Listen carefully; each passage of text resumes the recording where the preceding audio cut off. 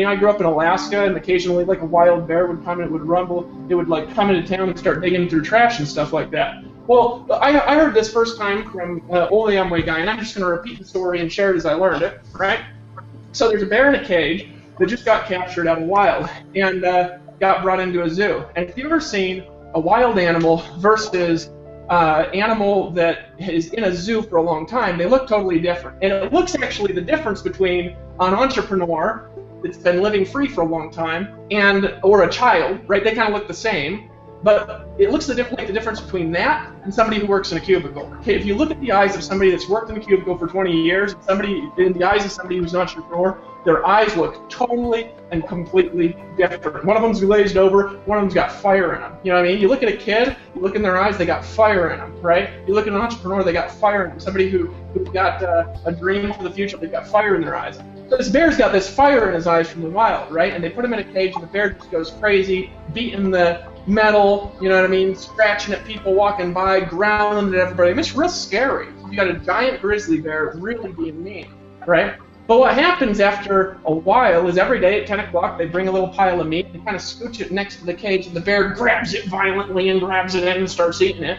And what happens after a while is the bear realizes, beating my head against this cage doesn't really get me out, right? Beating my paws against it doesn't get me out. So it's impatient and mad, but it can't do anything, so it just kind of paces back and forth, dissatisfied like this, walking back and forth, waiting to the next meet, and then goes over, grabs it, but a little less violent.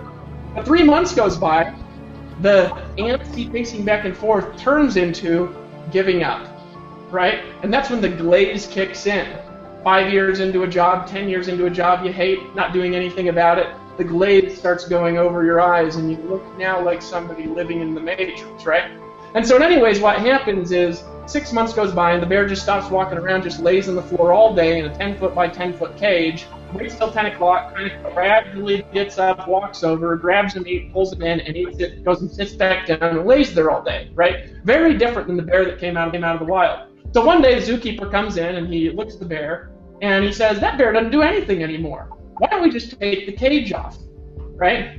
And somebody's there who worked before, and he says, oh no, that thing's crazy, that thing's wild. That thing will kill you, you take that cage off the bear. Don't do that, right? So the zookeeper says, no, I think it's fine.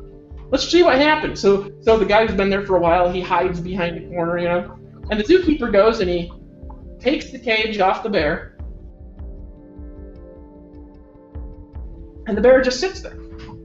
And so then here's what he does. He takes a big pile of meat, walks up, and rather than putting it right next to where the cage used to be, he puts it about 7 feet out, just past reach. And the bear walks up to where the edge of the cage used to be, waits, and just sits there.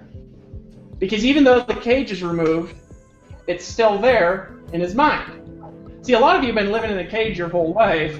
Society's beating up, your parents beating you up, you tried something, you quit, you tried something, you quit, your spouse beat you up, you got divorced, you got a new one, right? And you're sitting there and you're holding on to all this stuff in the past, hard-hearted, blocking everybody out, blocking the ability of a mentor to come into your heart and say, hey, here's how to do it out, right? And you're standing there, and now here's what I'm doing, is I just lifted the cage off, I've just told you what's going to happen this year, and I'm standing just outside of it with a big pile of gold and silver, and I'm saying, come on, dude. Now some of you, here's the funny thing, you're just going to stand there, like this. But you know who I'm talking to on the webinar right now? I'm talking to the people that say, fuck the cage, I'm in.